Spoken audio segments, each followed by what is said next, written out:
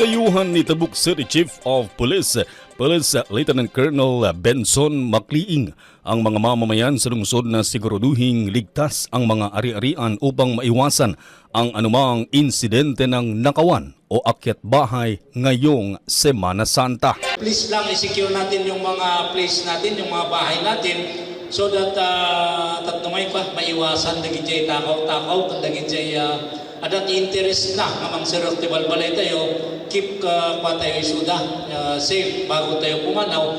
Anya kung maaari ay iwasang mag-post real-time ng kanilang mga bakasyon sa social media dahil maaaring gamitin ito ng mga kriminal na pagkakataon na looban ang mga bahay na walang tao.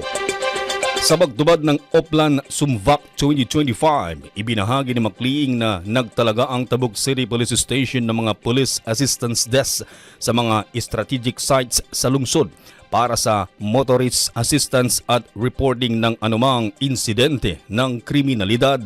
For this Sumvac summer vacation tayo, ada rin bagang police assistance desk tayo which was placed Kalanan, dito sa may Pep Cross, Black Tree, dito sa may ng crossing dito sa Kiesio, Bulanao, nga na dyan, Banawag, Lanna, tatlo sidag dagi dyan pag-reportan tayo man wala insidente nga makita tayo, lalo na dito ay observance of Holy Week.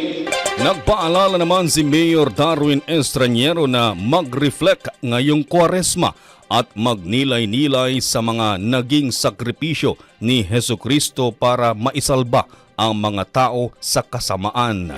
Because it is at this time that we try to reflect on ourselves, no talagang Kristiyano tayo. People or employees probably are very happy for this week because this coming Thursday, Holy Thursday, Good Friday, Black Saturday, and Easter Sunday, it's a long vacation po natin. We think of going to resorts, we think of going to places that we have never been. We talk of the things that we will do that we have never done. Nagigit natin yung unag-utag tayo lang but I hope nakada kayo nga amin dito you try to reflect ngunyaman din na aramidan tayo for Christ. At yan ang balita para sa oras na ito. Ako po, si Reddy Redotal.